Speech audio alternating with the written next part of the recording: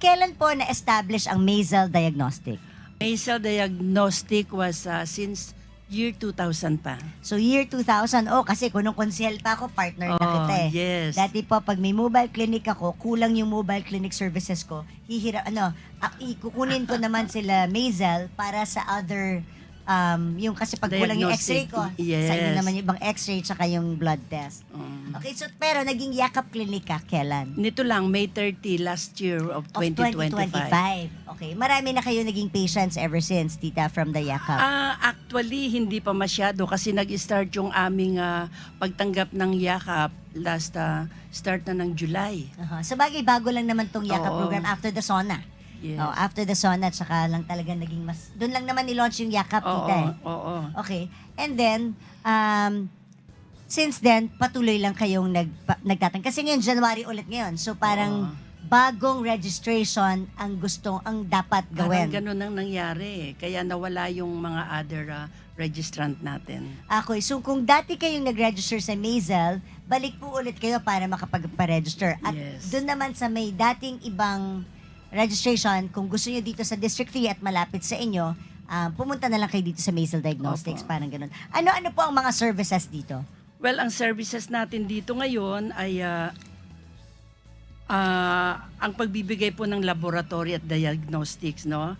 We have CBC, FBS, lipid profile, mga HbA1c, urinalysis, X-ray, So in other words, and other. kompleto yung, Yes. 'di ba, yung requirements ng PhilHealth na dapat ibigay na mga programa, kompleto dito. Yes, meron So po Maisel tayo. Diagnostic Clinic is complete already. One-stop shop. Pag pumunta sila dito, nandito na lahat yung libreng pwede nilang ma-avail from the PhilHealth Yes, yakap. pwede. Hanggang medicines na 21. Yes, meron. Or oo. hanggang 54. May partner Yeah. pharmacy ka. Meron po. Okay, so pag pumunta dito kayo sa Maisel, meron na kayong 21 medicines from Maisel Diagnostics, meron pa kayong 54 medicines from your yakap gamot partner. Na sino ang yakap gamot partner mo? Actually, si Mr. JR from Manila.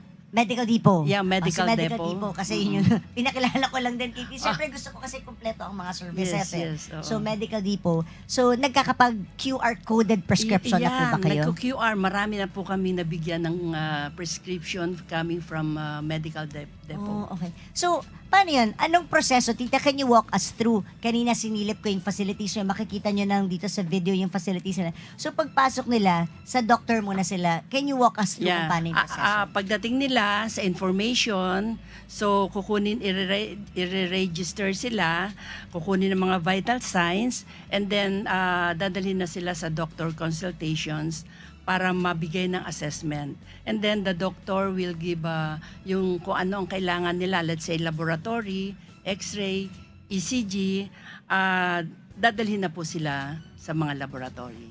Okay. So, ito po, may doctor kayo. Lagi po bang may doktor dito sa inyong clinic? Yes, lagi po. Anong naka-schedule. clinic hours po natin? Ang clinic hours natin ay 8 to 5. Okay. From Monday to Friday or Monday to Saturday? Monday to Friday, pero kung kailangan ng Saturday, naglalagay naman kami. Kaya lang most often, nasa medical mission. Pag weekends, sa Yes. medical mission. So, nag-medical mission din kayo. So, ano ba ang usual na ina-avail dito sa inyo? Marami po. Secondary diagnostics. Ano yung secondary Okay, diagnostics? itong secondary, ibig sabihin, complete laboratory po ang binibigay namin. Okay. Oo. Kasi yung iba, basic lang eh. But this is complete. So, pag sinabing secondary, ito po ay kasama na lahat. Complete Kung kailangan ng pasyente. Yes, complete package. So, kung sakasakali, may kailangan sila na wala sa yakap program, pwede nyo gawin. Pero Yes. babayaran na lang ng pasyente. Opo, pwede pong May ganon. copay ba dito? Kasi may ibang private na nagpapakopay. Kayo po ba nagpapakopay? Let's say HMO? Oo, ganon? hindi. Yung, di ba, ang yakap clinic, pag private na yakap clinic, pwede ka magpakopay. Naniningil po ba kayo sa mga yakap beneficiary? Malamang hindi. So kasi- far, hindi pa eh. Diba? Oo. Hindi mabuti, okay lang naman yun. But for out-of-pocket or services more than what's free in the Yakap Clinic, you can provide for a fee. Yes. Pero meron bang socialized price, tita? Discounts. Oo, meron Yeah, bang we ganun? have. Meron Nagbibigay din po naman. kami. Kasi pag indigent patients, Yes. diba? Or kung meron kang MAIP, I heard tumatanggap din kayo ng medical assistance fund from DOH. Mm-mm. Pwede rin yun i-charge doon kung Pwede talagang po. kailangan ng pasyente. Mas kompleto po ang naibibigay naming services.